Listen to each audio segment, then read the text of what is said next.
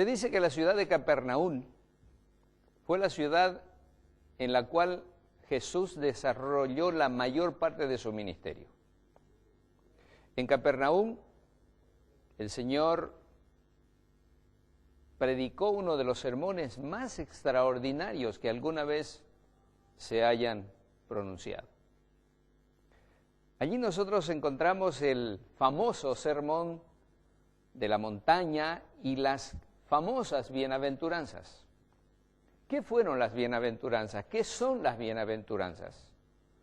El Señor Jesús manifestó en pocas palabras cuáles son los requerimientos del reino de los cielos.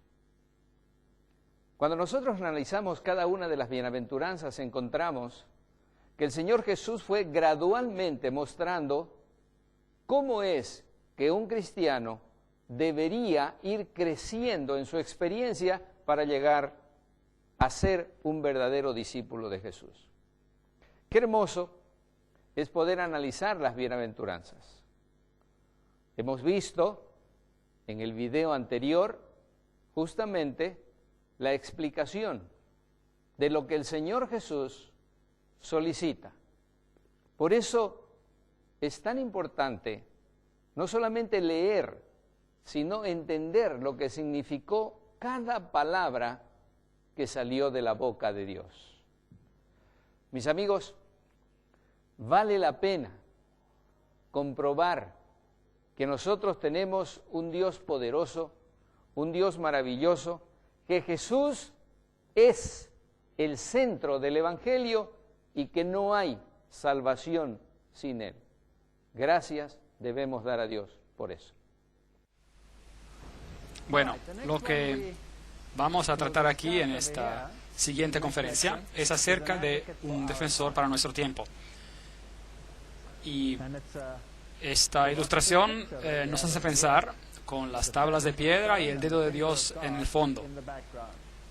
Bueno, en Éxodo capítulo 31, versículo 18 dice: y dio a Moisés, cuando acabó de hablar con él en el monte Sinaí, él le dio 2 tablas del testimonio, tablas de piedra escritas por el dedo de Dios. Entonces Dios escribió en tablas de piedra los 10 mandamientos y los escribió con su propio dedo. En Éxodo 32, verso 16 dice: las tablas eran obra de Dios y la escritura era escritura de Dios grabada sobre las tablas. De hecho, solo hay 3 veces en la Biblia cuando Dios escribe, y en esas 3 ocasiones escribió con su dedo. Esta vez, Éxodo 32, versículo 16, Dios escribió los 10 mandamientos sobre piedra con su dedo. Jesús escribió en la arena, ¿con qué? Con su dedo. Y cuando Babilonia estaba a punto de caer, la mano escribió con el dedo, ¿en qué? En la pared. Así que es fascinante. Dios mismo escribió 3 veces y cada vez fue con un dedo, con su dedo. Y cuando Moisés rompió estas tablas porque el pueblo de Dios se había idolatrado mientras él estaba en el monte, Deuteronomio 10, versículo 2 nos dice: y escribiré en aquellas tablas las palabras que estaban en las primeras tablas. Dios dice que escribirán en las tablas nuevas que quebraste y las pondrás en el arca.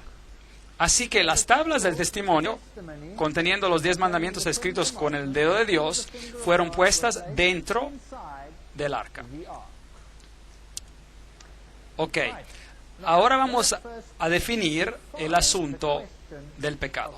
Primera de Juan 3, versículo 4. Todo aquel que comete pecado infringe también la ley, pues el pecado es la infracción de la ley. ¿Está claro? Si usted infringe la ley de Dios, entonces está cometiendo pecado. Así que si yo robara, ¿estaría transgrediendo la ley de Dios? Sí.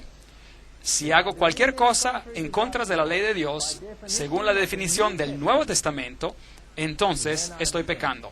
Esto viene del Nuevo Testamento. A las personas les gusta decir, pero la ley era para el Antiguo Testamento.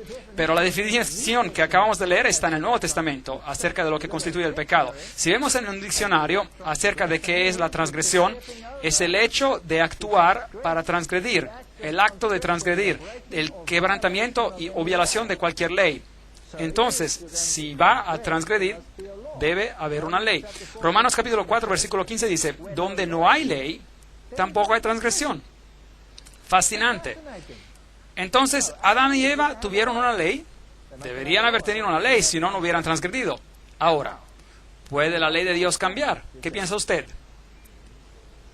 Está escrita en piedra. ¿Acaso eso no les dice algo? Está escrita en piedra. Ahora, el hombre puede cambiar leyes, pero la ley de Dios no cambia. Allá en Sudáfrica, de donde yo vengo, tenían leyes muy extrañas en nuestro país. Algunas leyes raras. Y han sido cambiadas. En el pasado hubo una ley, por ejemplo, que se llamaba el acta de inmoralidad. Y si un hombre blanco estaba en compañía de una dama negra o viceversa, entonces eso era un problema. Podían ir a la cárcel. Hoy esa ley está anulada y ya no es un problema. Entonces, ¿se dan cuenta? Usted puede remover la ley o para remover el problema, o si la ley permanece, y si usted la quebranta, usted es un transgresor, ¿correcto? ¿Sí o no? Bien. Así que donde no hay ley, no hay transgresión. Romanos 6:23 dice, porque la paga del pecado, la cual acabamos de definir en la Biblia, es la transgresión de la ley. Podemos leerlo. La paga de transgredir la ley de Dios es la muerte. De modo que ese es un asunto muy importante. Algunas personas dicen que no hay ley, que no podemos guardar la ley, pero la Biblia claramente nos enseña que si transgredimos la ley de Dios, entonces la paga del pecado será muerte. Ahora, el pecado nos separa de Dios. Leemos eso en Isaías 59, versículo 2. Por vuestras iniquidades, vuestros pecados, han hecho división entre vosotros y vuestro Dios. Eso es importante. A algunos les gusta tornar esa definición de arriba abajo. Prefiero mantener la definición así como está en la Biblia. El pecado es la transgresión de la ley, y si usted peca, esto causa una separación. Así que hemos sido separados de Dios a causa del pecado. Pero hay una manera de resolver este problema, y esta manera es Cristo. Romanos 6, versículo 23. Porque la paga del pecado es muerte, mas la dádiva de Dios es vida eterna en Cristo Jesús, nuestro Señor. Así que hay dos posibilidades. Adán y Eva pecaron, y la paga del pecado es muerte. Dos posibilidades. O eliminamos la ley, como en Sudáfrica, había una ley, y esa era una ley tonta, y entonces se anuló la ley. Ya no hay más ley, y si no hay más ley, entonces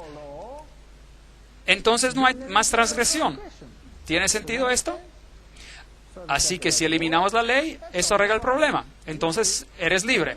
Y todos los que estuvieron en la prisión por causa de actos de inmoralidad, según esa ley, se libraron. Ahí está. Ya no hay más ley. Entonces ya no hay más transgresión. Eres libre. ¿Hizo Cristo eso? ¿Puso a un lado la ley? ¿Sí o no? No. Vea lo que dice la ley. La ley dice, morirás. Pero Cristo pudo haber dicho, oh, hice una ley, pero esa es una ley muy dura para ustedes, así que quitamos esa ley. Pero Dios no cambia. Entonces aquí tenemos un callejón sin salida. La ley dice que tú seguramente morirás. Pero Cristo no trató este asunto livianamente. Si hubiera sido posible sacar la ley, entonces no hubiera sido necesario pagar la penalidad de la ley, ¿correcto? Bueno, correcto. Así que, en otras palabras, el hecho de que Cristo vino a morir significa que Él pagó la penalidad, ¿correcto? Entonces, ¿será que la ley todavía es vigente? ¿Sí o no? Absolutamente sí.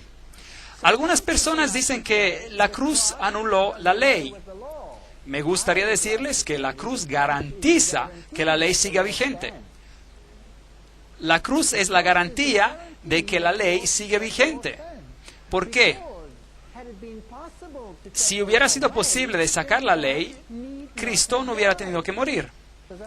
¿Es correcto? Muy bien.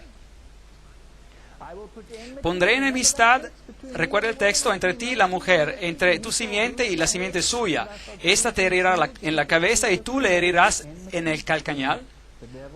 Génesis 3:15. Esta es la enemidad entre el diablo y Cristo. Porque por gracia sois salvos por medio de la fe. Y esto no es de vosotros, pues es el don de Dios, no por obras, para que nadie se glorie. Efesios 2:8. Ahora, ¿confunden esos textos, sí o no? No, no confunden. ¿Puedo ser salvo guardando la ley? No. Porque soy salvo por medio de la gracia. Cristo pagó la penalidad por mí y murió por mí. Y por medio de la gracia soy salvo. Si acepto su don de salvación, soy salvo por la gracia. La ley no me puede salvar. La ley es solo algo escrito. La ley no es un medio para salvarme. La ley es solo un medio para decirme lo que es bueno y malo. ¿Tiene sentido esto? Bien. El pecado no se enseñoreará de vosotros, pues no estáis bajo la ley, sino bajo la gracia. ¿Qué pues? ¿Pecaremos porque no estamos bajo la ley, sino bajo la gracia? ¿Qué dice Pablo aquí? De ninguna manera. En otras palabras, lo que él está diciendo aquí es que la gracia me salva y las obras no me pueden salvar. Pero el pecado no puede señorear, controlar sobre mí. Entonces, ¿qué? Así que, ¿acaso ahora puedo pecar? ¿Sí o no? De ninguna manera. La gracia establece la ley. Así que de ninguna manera puedo pecar. La gracia establece la ley. Miro a la cruz y dijo, increíble, Señor, ¿por qué tuviste que sufrir y morir por mí? Y el Señor dice, porque eres un transgresor y la ley requiere que mueras. Por eso yo pagué el precio por ti e hice justicia. La justicia se cumplió. La justicia se cumplió. Déjenme darles un ejemplo. Si usted tiene una pequeña hija, si tienen una hijita, y unos muchachos vienen y la violan, la pegan, la mutilan, la estrangulan y la dejan muerta. Horroroso. Y usted está destrozado, absolutamente devastado. Y va a la corte y el juez le dice, lo que hicieron no está bien, esos chicos, por favor, vean que no vuelva a repetir otra vez, váyanse. ¿Y cómo se sentirá? Estaría muy enojado, ¿verdad?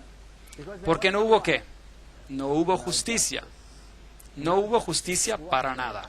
Pero Dios es al 100% justo. Pero Dios también es al 100% misericordioso. Es difícil ser las dos cosas. Por eso Dios tomó sobre sí mismo la penalidad, pagó el precio y murió. ¿Él requiere tu muerte también? Ahora hay una pregunta difícil para usted. Claro que sí. Él requiere tu muerte. ¿Qué clase de muerte requiere? Él requiere la muerte del hombre viejo de pecado. De pecado. En otras palabras, el viejo tú debe morir y el nuevo tú debe renacer de la muerte en Cristo por medio de su poder y su resurrección. Y un nuevo hombre será transformado. Es un hombre transformado. Y en Cristo caminamos este camino otra vez. Caminamos este camino otra vez. Y Cristo nos dará fuerzas para hacer lo que es correcto. Increíble. Tenemos una segunda oportunidad. Tenemos una segunda oportunidad. Ahora sí, regresando al ejemplo, si este asesino, estos muchachos, están sentenciados a morir y se arrepienten completamente, y allí están, y alguien está dispuesto a cambiar el lugar con ellos, esas personas tienen una segunda oportunidad. ¿Qué harían estos hombres? ¿Saldrían a matar otra vez o quizás considerarían que se les ha otorgado una oportunidad? Y dicen, ahora tengo otra posibilidad, mejor camino correctamente. Por eso Dios prohíbe que la gracia anule el guardar la ley. Ya que por las obras de la ley ningún ser humano será justificado delante de él, no seremos salvos por lo que hacemos de cosas buenas, porque por medio de la ley está ¿qué? El conocimiento del pecado, Romanos 3, 19 y 20. Así que la ley no puede salvarme, solo Jesús puede salvarme. Pero la ley puede decirme lo que es bueno o malo. Entonces, si yo sé lo que es correcto y no lo hago, ¿qué es lo que dice el texto? Entonces será para mí ¿qué? Pecado. Bueno, entonces la ley me dice lo que es el pecado. Romanos 3, versículo 31. Luego, por la fe invalidamos la ley. ¿Qué dice él? De ninguna manera, sino que confirmamos la ley. ¿Sabe? Es increíble cómo el pensamiento de Pablo se distorsiona sobre este punto en particular. Porque las personas creen que estamos bajo la gracia y la obediencia de la ley, eso es cosa judía. No. La Biblia enseña que estamos bajo la gracia y que las obras no nos pueden salvar. Podemos hacer todo lo justo, todo lo que queremos, pero si no aceptamos el regalo gratuito de la salvación que es en Cristo Jesús, no sirve a nada. Porque es solamente en una persona que hay salvación, en Cristo Jesús. Pero la ley me enseña lo que es bueno y malo. Y cuando yo vengo en armonía con Cristo, entonces yo guardaré sus mandamientos. Jesús dice, si me amas, guardarás mis mandamientos. Romanos 3, versículo 31. De manera de que la ley es verdad y es santa, y el mandamiento es santo y justo y bueno. Romanos 7, versículo 12. Así que la Biblia claramente enseña que la cruz no sustituye la ley, sino que la establece. Establece la autoridad de la ley. Porque si hubiera sido posible sacar la ley, entonces Cristo no necesitaría haber venido a morir. Ahora pues, no hay ninguna condenación para los que están en Cristo Jesús, los que no andan conforme a la carne, sino conforme al Espíritu. Romanos 8, versículo 1. ¿Al Espíritu le gusta el pecado? No. Al Espíritu no le gusta el pecado. Así que si usted está en Cristo y le dice al Señor, quiero hacer tu voluntad, muéstrame lo que es bueno y lo que es malo, y a caminar en lo bueno, caminar en lo bueno. El pecado rompió la relación, y Jehová, Dios hizo al hombre y a su mujer, les hizo túnicas de pieles y los visitó. Génesis 3, versículo 21. Ellos habían perdido la vestimenta de justicia, y Dios en su misericordia les dijo, te cubriré otra vez. Y Él les dio la promesa del Mesías, que los cubre de justicia, de su justicia. Entonces, el primer símbolo de la muerte era un animal que moría. ¿Correcto? Sí. Un animal murió y se convirtió en el símbolo en que Cristo moriría por nosotros. Bueno, ahora miremos a otra ley, la cual es llamada la ley ceremonial, y esta incluía a todos los festivales, las reglas y regulaciones que Israel tenía que cumplir. Ahora, recuerde que los 10 mandamientos fueron escritos, ¿cómo? Leímos, por el dedo de Dios, y fueron escritos, ¿dónde? En piedra, y ¿dónde tenían que ser puestos? En el arca. La ley ceremonial fue escrita por Moisés y fue puesta al lado del arca. Leamos esto cuidadosamente. Deuteronomio capítulo 31, versículos 24 a 26. Y cuando acabó Moisés de escribir estas palabras de esta ley, ahora, ¿quién escribió? Moisés. En un libro, y no en tablas de piedra. En un libro, hasta concluirse las palabras, pero dio órdenes Moisés a los levitas que llevaban el arca del pacto de Jehová, diciendo, tomad este libro de la ley, el libro de la ley, y ponedlo al lado del arca del pacto de Jehová vuestro Dios, y que esté allí por testigo contra ti. Ahora, recuerden esto cuidadosamente, grábenlo en su memoria. Es bueno grabar la palabra de Dios en la memoria. Uno tiene que estar adentro del libro de la ley, afuera, y sirve como un testimonio contra nosotros, un testigo contra nosotros, la ley ceremonial. Así que esta ley nos dice algo acerca de nosotros. Bueno, correcto o incorrecto. Nos dice que somos pecadores. La ley, los 10 mandamientos, nos indican, definen lo que es el pecado. Pero esta ley nos dice cuál es nuestra parte en esto. Y nos indica a una solución. Hay dos leyes distintas. Una estaba en las tablas de piedras puestas en el arca y escritas con el dedo de Dios, y la otra fue escrita en un pergamino, el libro de la ley puesto al lado del arca. Ahora, la ley moral está en la Biblia, los 10 mandamientos, que en Santiago se llama la ley real. Es llamada la ley de libertad. No es la ley de esclavitud, la ley de libertad. Les diré algo. Si todo el mundo en este planeta guardaría los 10 mandamientos, todos seríamos libres, ¿correcto? Porque usted podría salir de la casa, entrar en su coche, sin tener que poner el seguro, ni siquiera tiene que prender el motor, solo pisa el acelerador y se va. No necesitaría una llave y no tendría que tener miedo a la noche si mirar a la izquierda o a la derecha o a nada o a nadie que vendría a pegarte en la cabeza. Usted sería libre si todos obedecieran la ley de Dios, ¿correcto? ¿Sí o no? Ok. Éxodo 31 dice, la escritura era escritura de Dios grabada sobre tablas. Deuteronomio nos dice que fue puesto dentro del arca. Primera de Juan 3, versículo 4 y al 8 y Romanos 4 dice que la ley existió antes del pecado. ¿No dijo acaso que donde no hay ley no hay transgresión? Y Adán y Eva transgredieron, entonces debe haber habido una ley, ¿cierto o no? Bueno, Romanos dice que el blanco de la ley es de revelar el pecado, porque por la ley es el conocimiento del pecado, Deuteronomio 5:22, y Salmos 19:7, y Romanos 7, y muchos otros textos dicen que la ley es completa, es perfecta, es santa, es justa y es buena. Es lo que dice acerca de la ley de Dios. Y Salmo 111, versículos 7 al 8, dicen que los mandamientos son afirmados eternamente para siempre. Miremos a la ley ceremonial. Es llamada la ley de los mandamientos que contenían las ordenanzas. Efesios 2:15, Hebreos 9 y 10. Fue escrita por Moisés y fue puesta en el libro de la ley, Deuteronomio 31. Acabamos de leer esto. Fue puesta al lado del arca, no en el arca, Deuteronomio 31, 24, 26. Y fue dada después del pecado. Después del pecado. Gálatas 3:19. La ley fue agregada por la transgresión.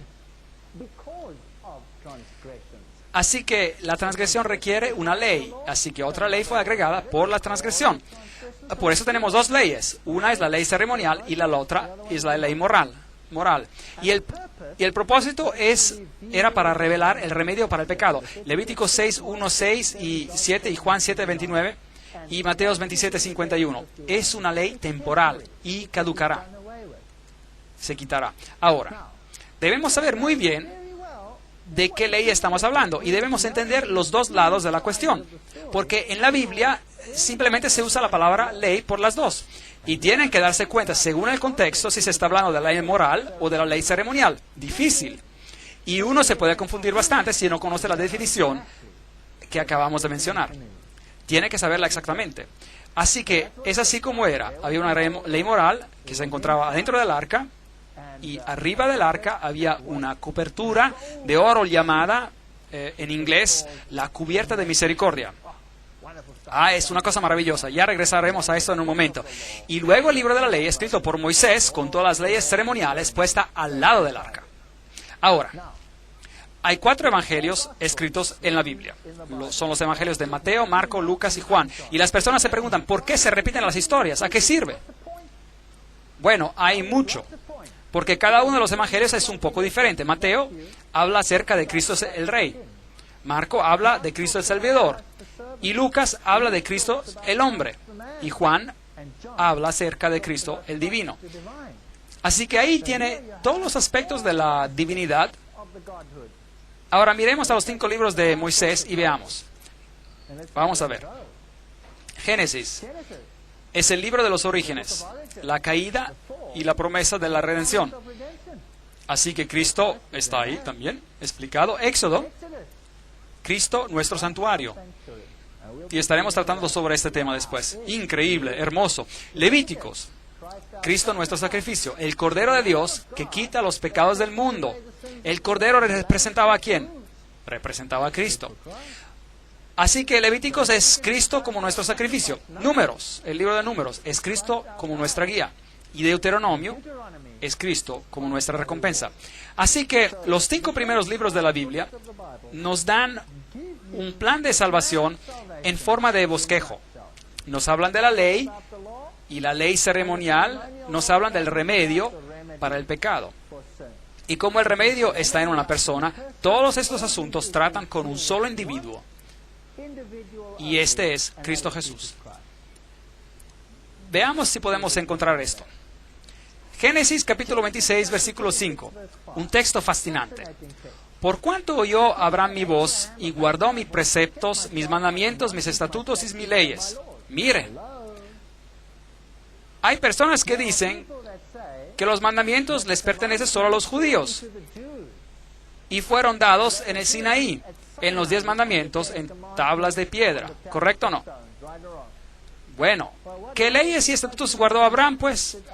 Esto era antes que los judíos. Obviamente, él obedeció a los mandamientos de Dios. Entonces, los mandamientos, si existían entonces, fueron desde el principio. Pero como el ser humano es olvidadizo, se le dieron en tablas de piedra otra vez para posteridad. Y Jesús dijo, así como yo he guardado los mandamientos de mi Padre y permanezco en su amor. Juan 15:10.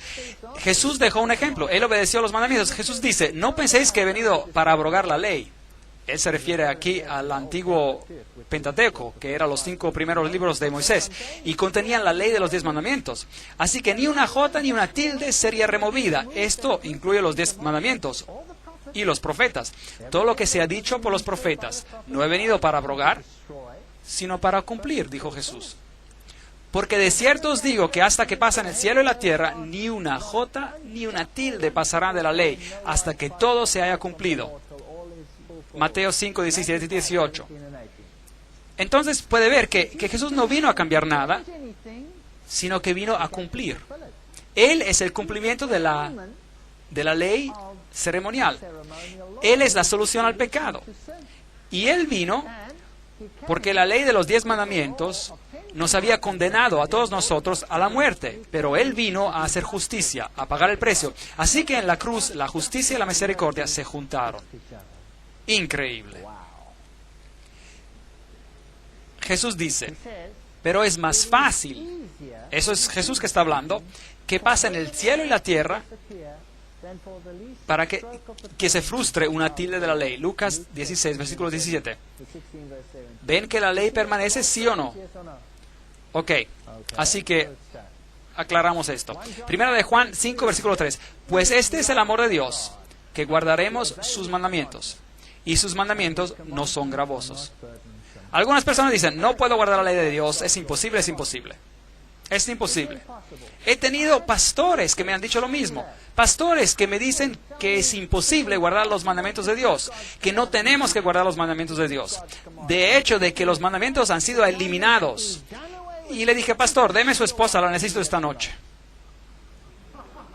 Y él dijo, ¿qué quiere decir? Pues le dije, bueno, si no hay mandamiento que diga, no adulterarás.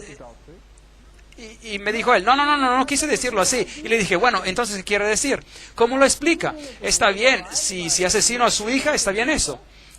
No quería decir eso. Entonces, bueno, no se debería matar. Aquí podemos citarlos a todos ellos, los mandamientos. ¿Los quieren? Pero ellos no los quieren. Así que o están aquí, o están presentes o no presentes. El Señor dice que sus mandamientos no son gravosos.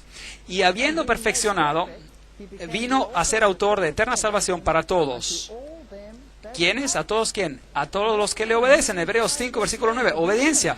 Así que si usted tiene un evangelio sin la obediencia, entonces tiene un evangelio a medias. Está mal basado. Va a ser inestable y se va a caer. Ahora, veamos esto. A lo que realmente lo sorprenderá. La ley en el Nuevo Testamento. Mateo 4:10 o Apocalipsis 19:10. Al Señor tu Dios adorarás y a Él solo servirás. Mírenlo por ustedes mismos. Está ahí, en el Nuevo Testamento. No estoy leyendo el Antiguo. Aquí, primera de Juan 5:21, Hechos 17:29. Hijitos, guardaos de los ídolos. Amén. Este es el segundo mandamiento. Primera de Timoteo 6:1. Que no sea blasfemado el nombre de Dios y la doctrina. Si leen Marco 2, 27, 28, Hebreos 4:4, el sábado fue hecho por causa del hombre y no el hombre por causa del sábado. Por tanto, el Hijo del Hombre es Señor aún del sábado. Aquí. Honra a tu madre y tu padre, Mateo 19, 19, Efesios 6, 1 al 3. No matarás, Romanos 13, 9, Santiago 2, 11. No adulterarás, Mateo 19, 18. No robarás, Romanos 13, 9, Efesios 4, 20. No dirás falso testimonio, Romanos 13, 9. No codiciarás, Romanos 7, 7. ¿Está la ley ahí, sí o no? ¿En el Nuevo Testamento, sí o no? Sí. ¿Permanece la ley? Absolutamente sí. No toquen la ley de Dios. Fue necesario que Dios muriera porque la ley todavía permanece. Gálatas 3:19. Entonces, ¿para qué sirve la ley? Fue añadida a causa de las transgresiones hasta que viniese la simiente a quien fue hecha la promesa. ¿Quién era la simiente? Acabamos de hablar acerca de esto ahora mismo, Jesús. Y hubo una ley que fue agregada por la transgresión, o a causa de la transgresión. Ahora, piensen bien, damas y caballeros, piensen. La transgresión requiere que haya una ley, ¿cierto? Así que leámoslo un poco diferente. Digamos, hubo una ley agregada porque otra ley había sido transgredida. ¿Es eso lo que dicen? Muy bien. Entonces, ¿qué ley fue transgredida? Los 10 mandamientos. ¿Y qué ley fue agregada por la transgresión? La ley ceremonial. Ah, muy bien. Muy bien. Entonces, la solución al problema fue añadida porque el problema había sido creado por la transgresión de la ley. Simple, así es. Entonces, tuvimos la ley desde el principio.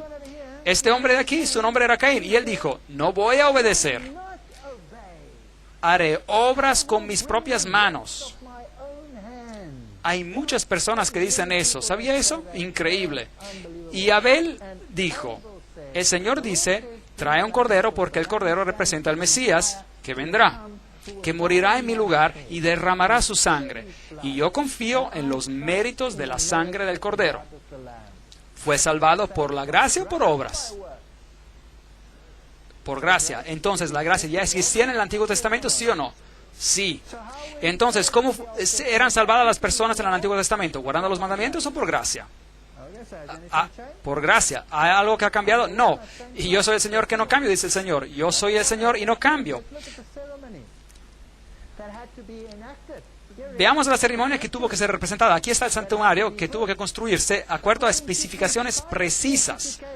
Había una pared blanca de lino blanco alrededor. Había una entrada que se llamaba la puerta. Y cuando uno entraba allí, había un altar de sacrificio. Y si avanzaba más, había una fuente de metal, que es una pila de agua, y se entraba en el primer aposento, el primer tabernáculo, y había candelabros, y en el otro lado había una mesa de panes, y en el medio había un altar de incienso, y si entraba al segundo aposento, detrás de ese, habían los 10 mandamientos, en el arca cubierta por 2 querubines. Eso es lo que había. Tomemos una mirada a este texto. Éxodo 25:8. Me erigirán un santuario y habitaré en medio de ellos. Era un símbolo de lo que Cristo iba a morar entre su pueblo. ¿Cómo se le advirtió a Moisés cuando iba a erigir el tabernáculo diciéndole, mira, haz todas las cosas conforme al modelo que se te ha mostrado en el monte? Hebreos 8, versículo 5. Todo de acuerdo al modelo. Ni una jota, ni un poquito, no mueva nada. Debe ser exacto. Dios es muy exacto. Por eso le dijo exactamente cómo debía ser construido. Cada pequeño detalle, y cada pequeño detalle es importante. Y a nadie le importa leerlo. O eso era el Antiguo Testamento.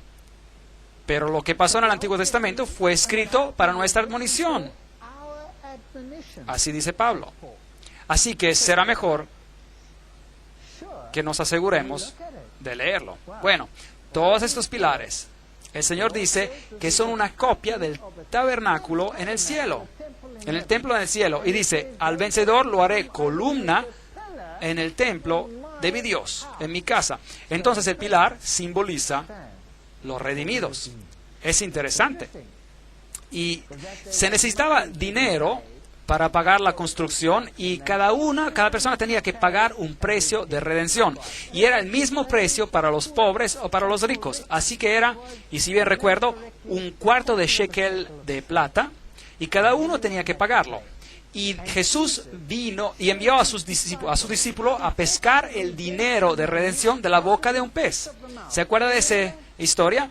Y hubo suficiente para pagar para 2 de ellos. Jesús está dispuesto a pagar el dinero de la redención por ti. Ahora, ese era el símbolo. Las bases del santuario, y cada uno tiene que ser partícipe, tiene que pagar, tiene que dar algo. Y aquí había una puerta afuera, una puerta. Y esta puerta estaba cubierta con material de 4 colores. Tenía morado o púrpura, tenía rojo, tenía azul y tenía también color blanco. Y había un hilo de oro. Morado es el color de la realeza, rojo es el color del sacrificio, y azul es el color de obediencia, y el blanco representa el color de la justicia. Esos son los aspectos de Cristo. Y por si acaso, si usted quiere tener el morado, tiene que mezclar el rojo y el azul. Entonces, el sacrificio y la obediencia hacen realeza. Increíble, es hermoso. Jesús dice, yo soy la puerta, y nadie viene al Padre sino por mí. Y si no entras por esa puerta, Él dice, no tienes parte conmigo. Entonces Jesús es la puerta. Esta puerta, había solo una. Y después había otra por aquí. Y esta era llamada el portón. Y esta se llamaba la puerta. Y tenía el mismo material. Y después había otra adentro que tenía el mismo material con los mismos colores. Así que Cristo es identificado con la puerta y con los colores. Y con el velo que está entre el primero y el segundo aposento. Y si viene por aquí, la primera cosa que encuentra es el altar de sacrificio. ¿Qué se hacía ahí? Un sacrificio. ¿Y quién representa ese sacrificio? Representa a Cristo. Entonces el lino blanco alrededor es la justicia de Cristo. Cuando se entra por la puerta, en otras palabras, cuando acepta la salvación por medio de Cristo, entrando por la puerta, y se queda envuelto por la justicia de Cristo. Hermoso. A eso se le llama justificación. Y se encuentra frente al altar de sacrificio y hay un cordero. Y es testigo del sacrificio del Hijo de Dios en símbolo para quitarle los pecados, sus pecados. Hebreos 9:24 dice, porque no entró Cristo en el santuario hecho de mano, figura del verdadero, sino en el cielo mismo para representarse ahora por nosotros ante Dios. Así que el santuario terrenal era una copia del santuario celestial donde Cristo es nuestro sumo sacerdote. Hebreos 9:8 dice, no se había manifestado el camino al lugar santísimo, entre tanto que la primera parte del tabernáculo estuviese en pie. El ministerio de Cristo solo pudo empezar en el cielo una vez que el terrenal estaba completo. ¿Y cómo sabemos eso? Porque en el tabernáculo terrenal, al sacerdote no le estaba permitido entrar al primer aposento hasta que el sacrificio se había hecho. Había un cordero y había un carnero de consagración. El cordero representa a Cristo al principio de su ministerio y el carnero representa a Cristo al terminar su ministerio. Y si el carnero de consagración era sacrificado, al sacerdote se le permitía después entrar al lugar santo. Y la Biblia nos dice que Cristo no entró con la sangre de corderos o carneros, pero con su propia preciosa sangre. Entonces, este servicio tenía como una garantía de la venida del Mesías. ¡Qué hermoso simbolismo! Los cuales sirven a lo que es figura y sombra de las cosas celestiales, como se le advirtió a Moisés cuando iba a erigir el tabernáculo, diciéndolo, miren, es una copia del celestial. Hebreos 8:5.